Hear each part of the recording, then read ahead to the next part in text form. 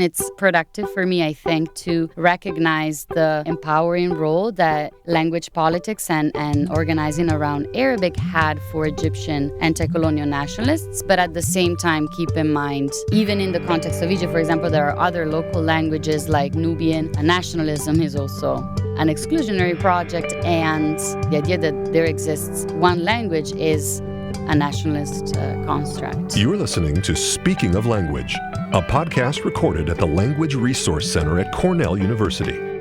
Each week, we explore a topic related to language pedagogy and second language acquisition.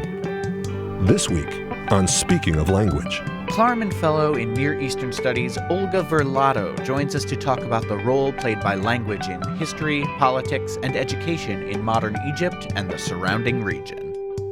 Welcome to a new episode of Speaking of Language. I'm Angelica Kramer, the director of the Language Resource Center at Cornell University. And I'm Sam Lupowitz, the LRC's media manager. We are thrilled to speak with Olga Verlato, a Klarman Fellow in Near Eastern Studies in the College of Arts and Sciences here at Cornell.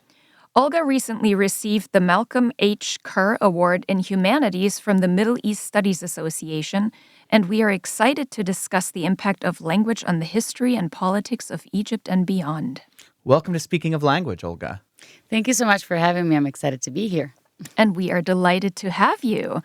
So before we dive into all the exciting and interesting work that you do, can you please talk a little bit about your background and your path with languages and how all of that brought you to Cornell? All right. Yeah, that's an interesting question. I have always loved foreign languages, but growing up in Italy, that meant that I really liked learning English since elementary school. Mm-hmm. I did not necessarily anticipate that I would end up working on the history of the modern Middle East and modern Egypt and studying Arabic. But English was my favorite subject in elementary school, middle school. And when it came time to choose what I would do for undergrad, I figured that I would want to study languages, but decided to span beyond Europe. Nice. Yeah. And so I enrolled and decided to major in Middle East studies and Arabic, but I didn't necessarily know what I wanted to do with that. Whether I would, I don't know, be a journalist or study classic Arabic literature.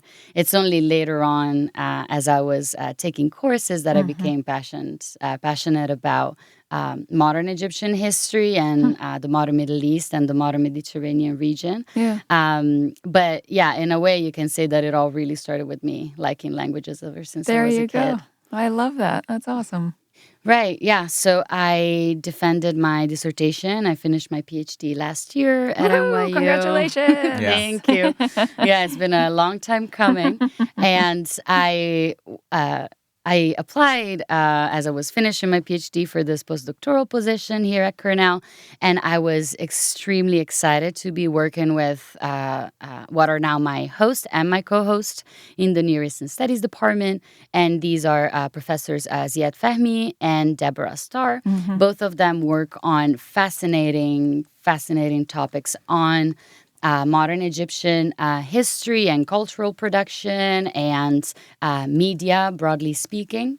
And so I was, very excited to have this chance to come to Cornell as a Klarman Fellow and work closely with them in the Near Eastern Studies department. And I have also been having had a chance of bringing scholars to campus as part of the postdoc in my role as a postdoc. It's been great to be at Cornell. Yeah, that's awesome. Excellent. So then let's talk about your dissertation, Languages of Power and People, Multilingualism, Politics, and Resistance in Modern Egypt and the Mediterranean. Is that right? Yeah, that's the working title for now. Great. Well, what's the elevator pitch for your work and what sparked your interest? You talked about that a little bit, but let's dive in. Right. Yeah, I've just as I've always been fascinated in learning foreign languages, I've also, as far as I can remember, or at least ever since high school, so even before college, been fascinated in questions of language revolutions, media revolutions. I remember that we read Umberto Eco talking about when a new, medium is introduced, whether it's writing, whether it's the printing press, whether it's the internet, how individuals react differently to Right. these different technologies. And so looking at that, in addition to my interest in languages, I started to develop this project, which ended up being my dissertation. And at its heart, it is a way to historicize or problematize what is a pretty dominant assumption that we have today, which is that by and large, every country has its own language, that to each country, to each nation state corresponds one single language. And what I show in this research, but also other scholars have showed in different historical and geographic contexts, is that this is really not necessarily a predetermined outcome, and that in fact there were multiple different linguistic configurations for different states and empires, for example. Yeah. And so my work and my dissertation looks at how we moved from a world by and large of multilingual empires, and in my context, the Ottoman Empire, to one of a officially at least monolingual nation state. And so in the case of Egypt, this happens in the early 20th century, which is where I end my dissertation. It's in 1823, the first constitution of Egypt is promulgated, which declared for the first time that Arabic and only Arabic was the official language of Egypt. And I look at how a much longer and complex history of multilingual exchange, but also multilingual conflict and language politics led to this institutionalization of monolingualism, but how... Yeah, like alternative ways in which people thought about the different languages that they learned, that they heard, growing up vis-a-vis learning in school, how these different visions coexisted in a highly multilingual environment, which was Egypt in the 19th and early 20th century, which is the period I look at. That's interesting. And I mean, it's such an interesting time right now as well with everything else that's going on globally. You just mentioned monolingualism, bilingualism, the connection between nationalism and language. Right. On this podcast, we often talk about the connection between language and culture. How does that compare and contrast with the connection between language and nationalism? Right. Yeah, that's a great question. So the period in which I look at in Egypt is one of colonization. So in the earlier part of the study, actually, Egypt is still very much a province of the Ottoman Empire. And so Ottoman Turkish is an important language of governance in addition to gradually more and more so the Arabic language, even though the vast majority of the local population spoke Arabic. And then in the context of colonization with the de facto British occupation starting in 1882, European languages are starting to be imposed in governance, in the education. So for example, in the late 19th century or early 20th century in Egyptian state schools, students would choose more and more the English or the French track rather than the Arabic track because these were made de facto mandatory for then finding employment in the public sector. Yeah. And so in this context, the connection between language and in particular the role of the Arabic language and anti-colonial nationalism starts to become extremely strong and extremely explicit. And there are a lot of Egyptian nationalists who forcefully describe the Arabic language as a core symbol of what it means to be an Egyptian across different religious and gender and class lines. And this is done very much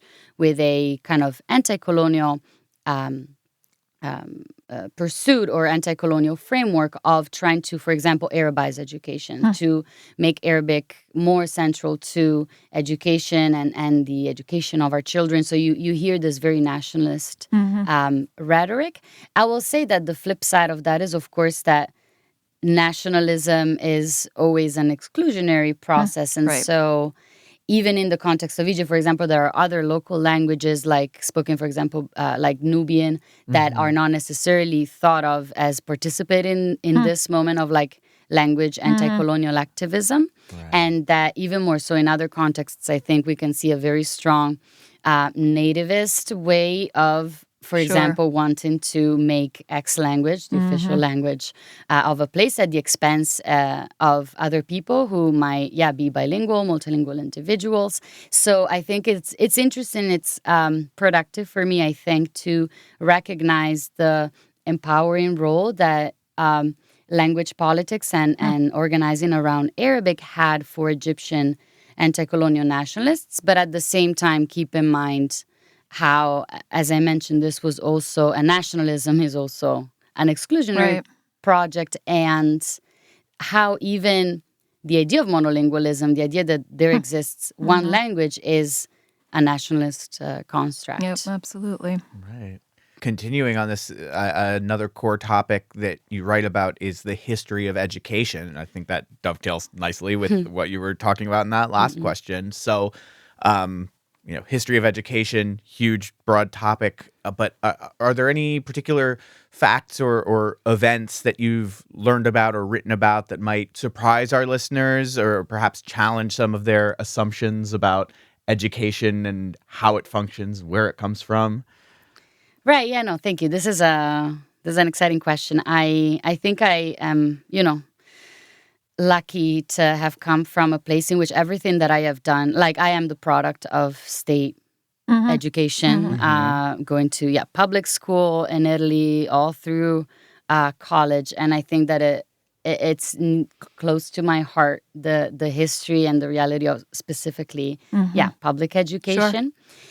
In the context that I look at, there are so many so meaning like Egypt in the 19th and early 20th century, there are so many different educational providers that are overlapping and competing with each other, often for funding, for students, or about what subjects that they want to teach in schools.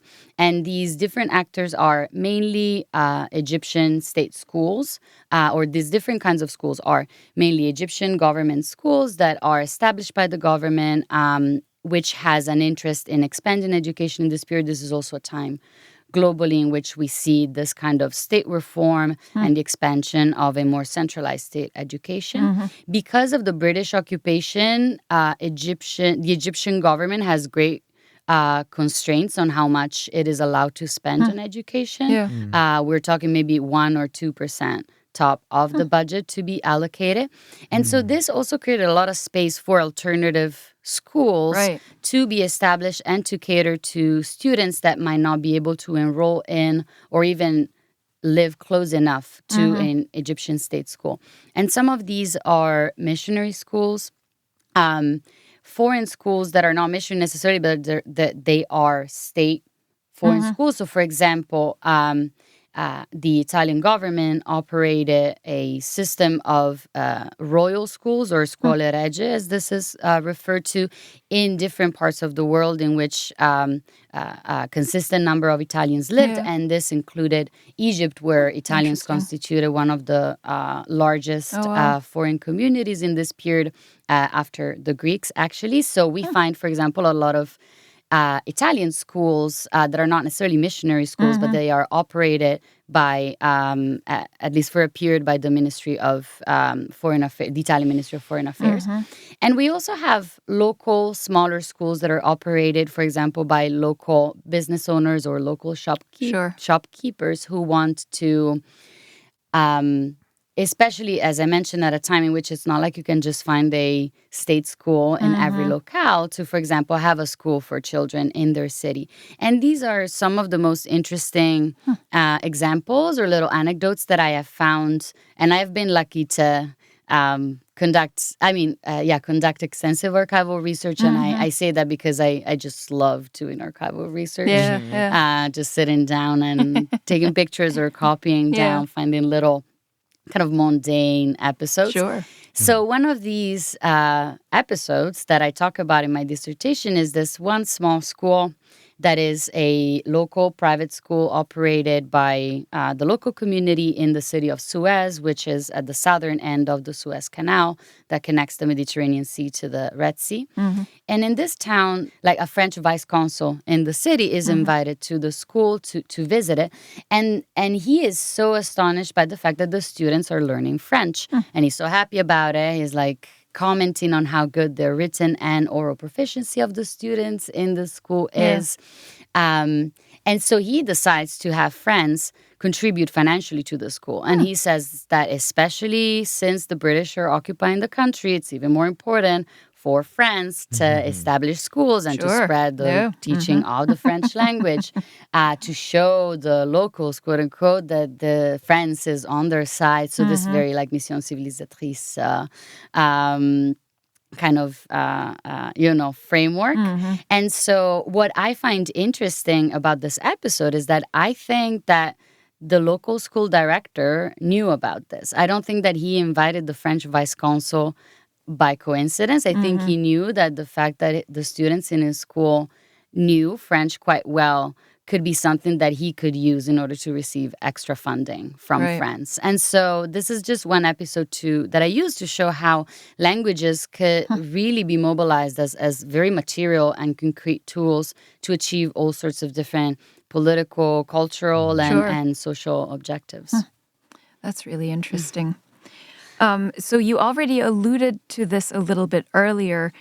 You are organizing a lecture series this semester titled Language and Power in the Middle East. Tell us more about the topics and the guests that have already been part of this and that will be part of it in the future. Yeah, thank you so much. Yeah, it's been great, honestly, to be here and have a chance to organize this lecture series with the support of the Klarman program and various departments and centers that are supporting the series. So it's a 3 speakers that are presenting their work. The first one was me, which I did a couple weeks ago. And we have 2 more scholars coming in. One of them is coming already March 18th. Her name is Annette Damayanti-Lino. She is an assistant professor at Harvard. She focuses on literature and comparative literature. And I have to say that this is also something I'm excited about, having a lecture series on language and power and it being a interdisciplinary endeavor. So I am very much of a historian through and through, looking at, nameless school directors and children going to school and learning a language in the late 1800s. But it's exciting to also bring in scholars of literature and comparative literature because I think they have such a unique and refined insight into these kind of questions. So one of them is Professor Lino that is coming on Tuesday, and she just wrote a book called Sacred Language Vernacular Difference, in which she looks comparatively across Senegal, Egypt, and Indonesia about the rise of Arabic in the late 19th and through the 20th century as a newly kind of counter-imperial global language that could unite people and intellectuals that lived across these different geographies in a anti-colonial vein. And she also reflects on how Arabic as the language of Islam is seen as something that can unite and reach over people across different communities and even different languages that might be their native language, but through the Islamic tradition and through the learning of Arabic itself. The other speaker who's coming later in the series in late April, her name is Hannah Scott Duchar. She is a professor at Queen Mary College in London. And she works on a whole bunch of fascinating topics, but one of them is the relation between Ottoman Turkish and Arabic in the translation movement of, we're still kind of around the same period, like 19th, early 20th century, and including the first translations of crime fiction of Sherlock Holmes. So I'm very excited to hear more about that. Oh, that's wonderful. Yeah. Do you have any other projects in the works you'd like to share?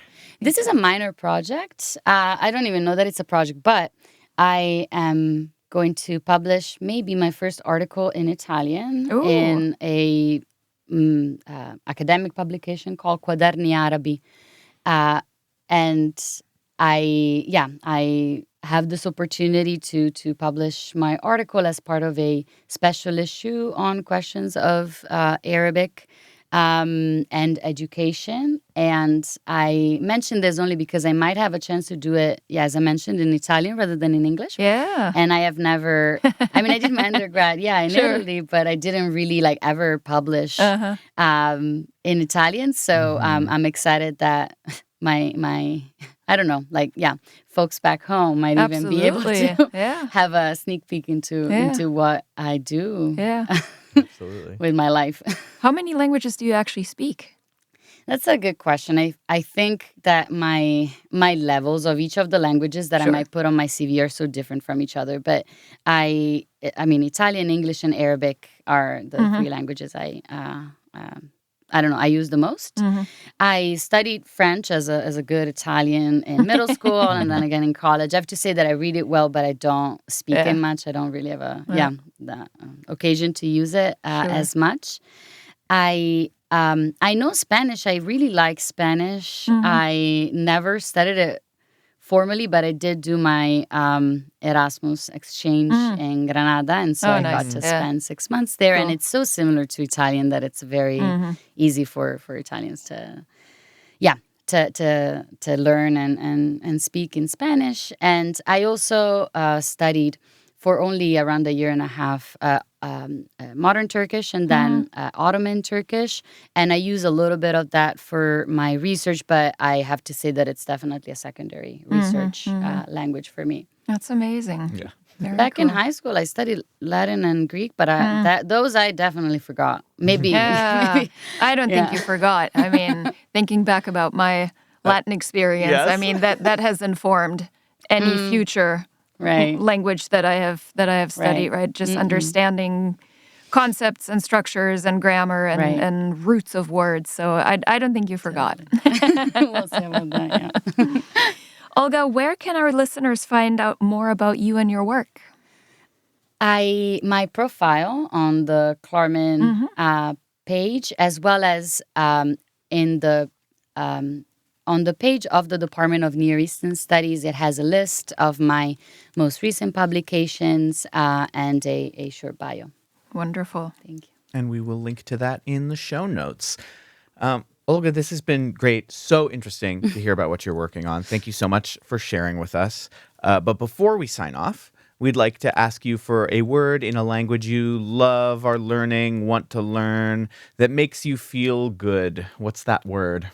Thank you. I love this question. So that word for me would be a word that is used in Egyptian Arabic, roba vecchia, but it actually is an Italian word. And it literally means old things, and it's used by sellers and buyers of scrap metal. And so you can hear them in the streets of Cairo, for example, chanting vecchia roba vecchia.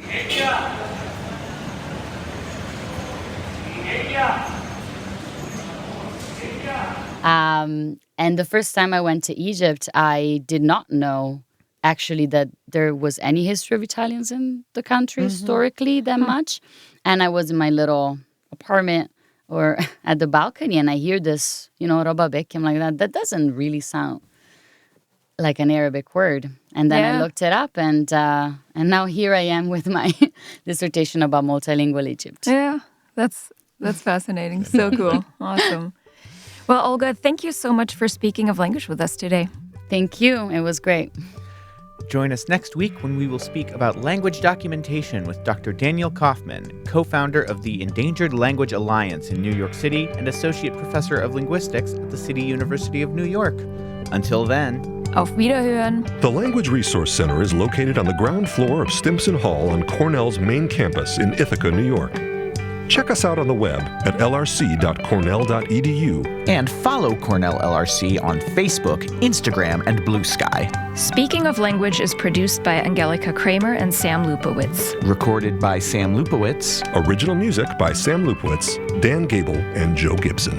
Thanks also to the College of Arts and Sciences at Cornell University. As a reminder, the ideas and opinions expressed on this podcast do not reflect those of the College of Arts and Sciences or any other official entity of Cornell University. We thank our listeners, and do stay tuned for our next episode.